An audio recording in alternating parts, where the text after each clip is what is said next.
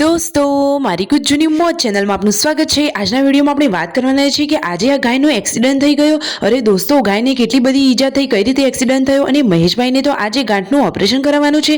તેમને શેની ગાંઠ છે અને ઓપરેશન શેનું કરાવવાનું છે, કેટલા ટાઈમે ઓપરેશન કરાવવાનું છે અને અચાનક આવું ઓપરેશનની સ્થિતિ કેમ આવી ગઈ, આ બધા જ પ્રશ્નોના જવાબ મળશે તમને મારા આ વિડીયોમાં।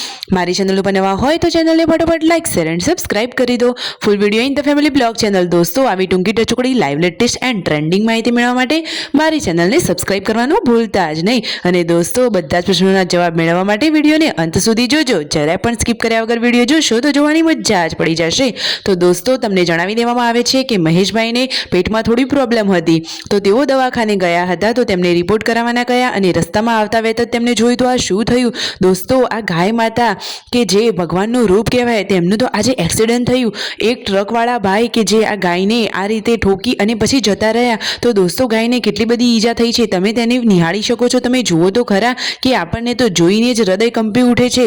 તો આ ગાય માતા ઉપર શું વીતતું હશે અને આ કે જે વણ બોલતું જનાવર કે તેના ઉપર આ શું વીતતું હશે, તે તો બોલી પણ ના શકે। મૂંગું જનાવર પોતાની વેદના જણાવી ના શકે, પરંતુ એના અંદર પણ જીવ છે, સાચી વાત ને દોસ્તો। તો જુઓ અત્યારે આ સમાજમાં ઘણા બધા લોકો સેવાનું કામ પણ કરી રહ્યા છે, તો બધા લોકો હેલ્પ કરી અને તેને આ રીતે ટ્રેક્ટર પાછળ લઈ જઈ અને દવાખાને એટલે કે હોસ્પિટલ ખસેડી ગયા છે। જે ભાઈએ ટ્રકથી આ ગાયને ટક્કર મારી હતી એ તો તરત જ ગાયબ થઈ ગયા, પરંતુ ત્યાંના આસપાસના બધા લોકો ભેગા થઈ અને જુઓ ગાય માતાની સેવાની હેલ્પ કરી રહ્યા છે, એટલે કે તેને ટ્રેક્ટર પાછળ આ રીતે બાંધી અને પછી હોસ્પિટલ લઈ જઈ રહ્યા છે।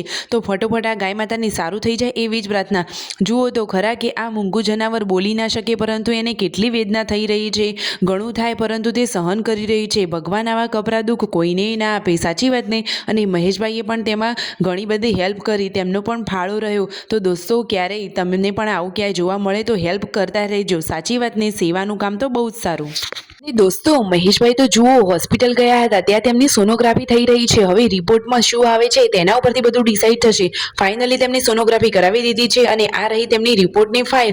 તો દોસ્તો એમાં જુઓ બધા એક્સરેમાં ફોટા પાડેલા છે, તો અંદર જે દેખાઈ રહી છે તે તેમની ગાંઠ છે।